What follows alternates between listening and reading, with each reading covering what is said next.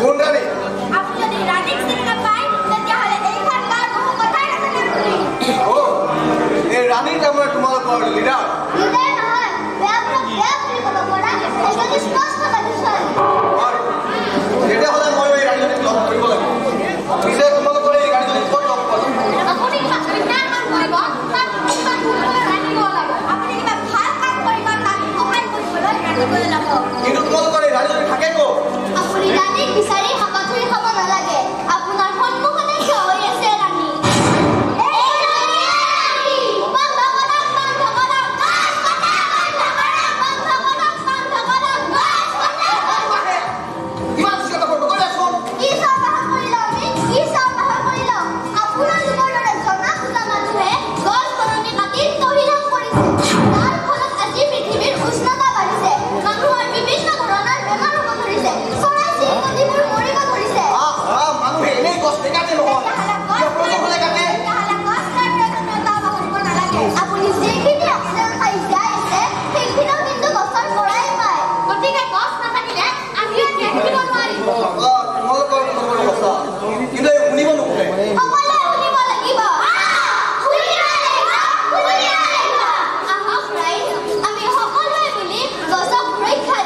আমি যাই থাকিবলৈ গছক যাই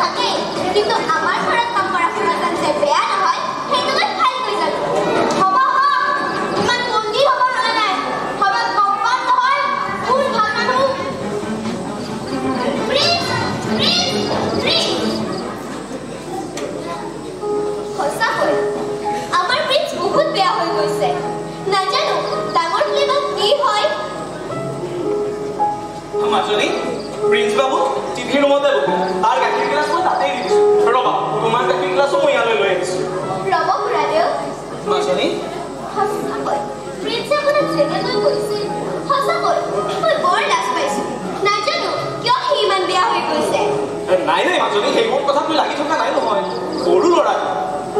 তাৰ কথাত মই লাগি থাকিম নে আৰু চাবা মাজনী এদিন সিও বহুত ভাল মানুহ হ'ব ৰবা তোমাৰ গাখীৰ গিলাচ মই এতিয়াই লৈ আহিছো বাৰু খুৰাদেউ আপুনি আমাৰ ছোৱালীজনীৰ ওচৰলৈ মোক কেতিয়া নিব দিন দিয়া কেতিয়াবা তোমাকতো এনেও মই ফুৰাবলৈ নিয়ে থাকো এদিন তাইৰ ওচৰলৈকে লৈ যাম এটা কথা খুৰাই হোৱা নাই নহয় আপোনাৰ কি কথা আপোনালোকৰ ছোৱালীজনীৰ নাম কি বাৰু তাইৰ নাম ৰাণী ৰাণী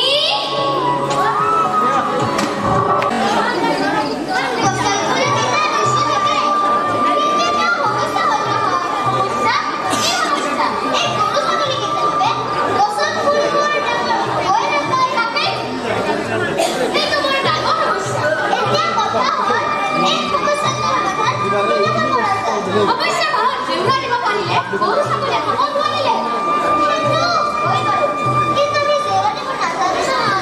তেনেহ'লে কি কৰা যায়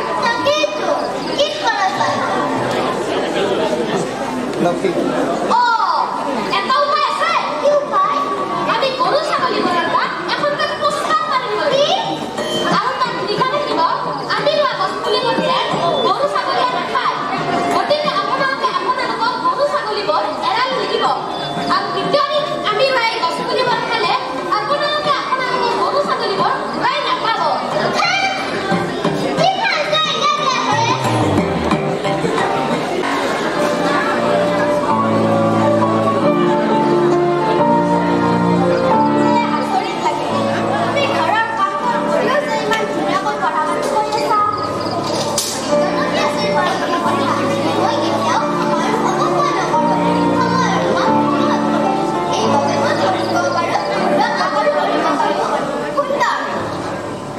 আমি সঁচা কৰো সময়ত ভাবিব নালাগে সময়ত সদায় এলেহুৱা হয় কিন্তু আমি এলেহুৱা হৈ নাথাকো সময়ৰ লগত খোজ মিলাই এদিন সফল হ'মেই হয় দিয়া আমি যদি আজি কৰিবলগীয়া কামখিনি কাইলৈ থৈ দিওঁ কাইলৈ কৰিবলগীয়া কামখিনি পৰহিলৈ থৈ দিওঁ তেতিয়াহ'লে কামৰ কথা বাঢ়ি যাব কিন্তু সময় সদায় নিজৰ গতিৰে বাঢ়িয়ে থাকিব সেইকাৰণে আমি সময়ৰ কাম সময়ত কৰিব লাগে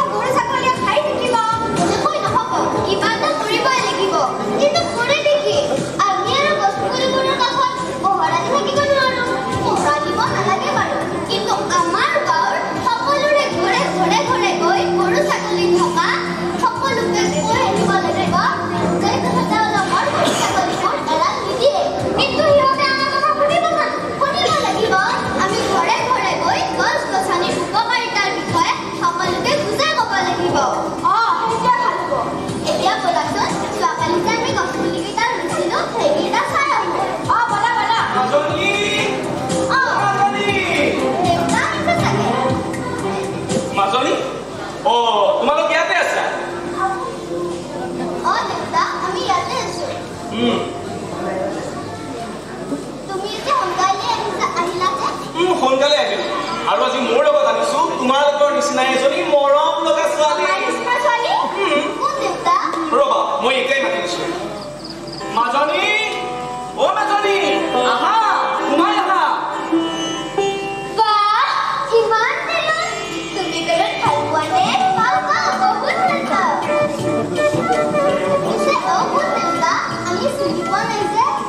চিনাকি কৰি দিয়া হোৱাই নাই এইজনী পৰি বৰ শান্ত ছোৱালী আৰু এওঁলোকৰ ঘৰতে মই চাকৰি কৰো আৰু মাজনী এইজনীয়ে হ'ল মোৰ ছোৱালী ৰাণী আৰু ইহঁতবোৰ এই লগৰে বাৰু তোমালোকে ইয়াত কথা পাতা মই ভিতৰৰ পৰা আহিছো ঠিক আছে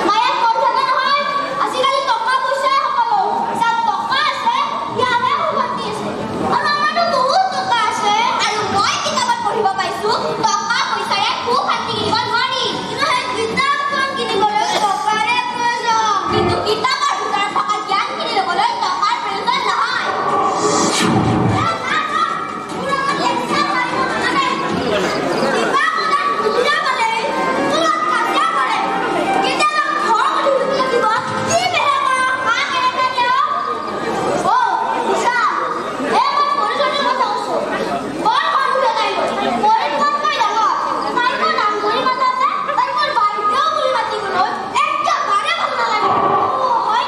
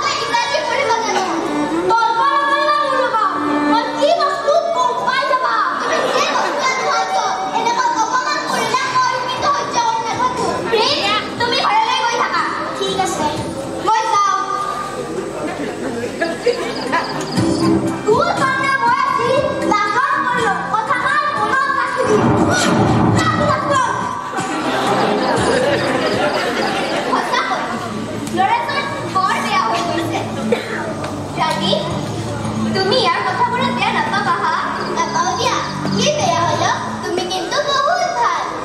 এতিয়া কোৱাচোন কিতাপখন নালাগে নেকি? কিয়? একো নহয় লোৱা। নহয় মানে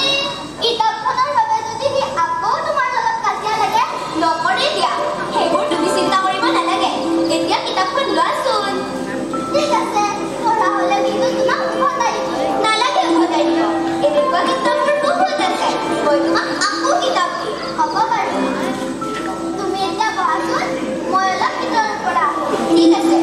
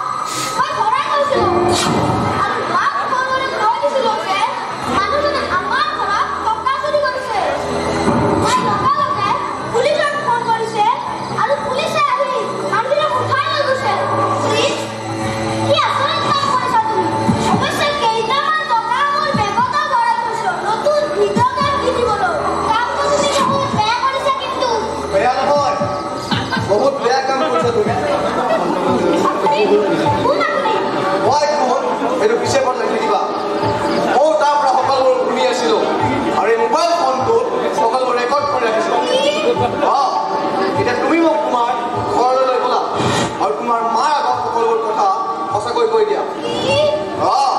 নহ'লে মই তোমাক পুলিচত দি দিয়া ব'লা এতিয়া মা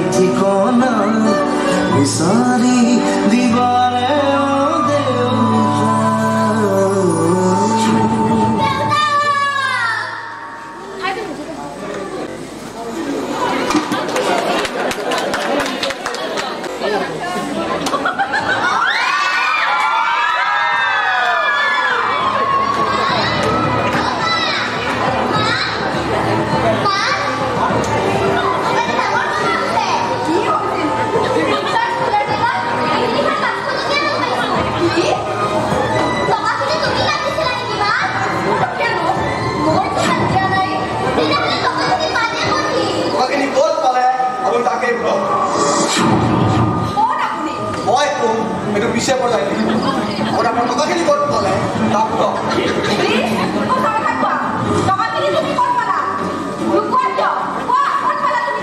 মই কৈছোঁ বোলা আপোনাৰ গৰ্ভেজৰ পৰা আহি মনে মনে টকা উলিয়াইছে আপোনাৰ সেইখিনি টকা আহি আপোনাৰ ঘৰত কাম কৰা মানুহজনৰ বেগত ভৰাই থৈ দিছে আৰু তাৰে কিছুমান টকা সি নিজৰ বেগতো ভৰাই থৈ দিছে অঁ আৰু আপোনাক ফোন কৰি জনাই দিছে যে আপোনাৰ ঘৰত কাম কৰা মানুহজনে আপোনাৰ ঘৰতে চুৰি কৰিছে আৰু আপুনি কোনো বিচাৰ বিবেচনা নকৰাকৈ সেই মানুহজনক তৎক্ষণাতে পুলিচৰ হাতত জনাই দিছে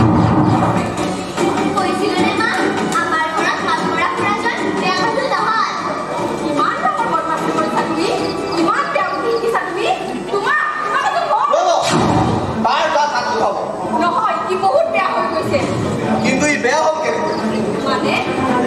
আপুনি আপোনাৰ হাতত বহুতো টকা পইচা আছে টকাৰ পিছে দৌৰি দৌৰি আপুনি নিজৰ ল'ৰা ছোৱালী হাতত সময় দিব নোৱাৰি কৰিছে আৰু সেইবাবে সিহঁতৰ হাতত খুলি দিছে মোবাইল টিভি লেপটপ কম্পিউটাৰ ইত্যাদি আৰু দুৰ্ভাগ্যক্ৰমে হয়তো এই মোবাইল টিভি আৰু কম্পিউটাৰবোৰতে নেতিবাচক কাৰ্য চাই চাই আপোনাৰ ল'ৰা ছোৱালী এনেকুৱা হৈ পৰিছে আমিবোৰে কেৱল টকাৰ বাবেহে এখন অন্তহীন প্ৰতিযোগিতাত দৌৰি আছো কিন্তু আমি কেতিয়াও চিন্তাই কৰা নাই নিজৰ ল'ৰা ছোৱালীক ভালকৈ সময় দিব পৰা নাই আপুনি বিনা দোষত পৰ্যন্ত গতাই দিয়া যে মানুহজনৰ এজনী ছোৱালী আছে দেউতাকৰ অবিহনে তাই আজি একেবাৰে অকলশৰীয়া হৈ পৰিছে দেউতাকৰ অবিহনে লাহে লাহে হয়তো তাই আজি বেয়া ৰাস্তাই ল'ব লাগিব পাৰে আৰু সেই ছোৱালীজনী বেয়া হ'ব লাগিলে কাৰণ একমাত্ৰ চবৰীয়া হ'ব কেৱল আপুনি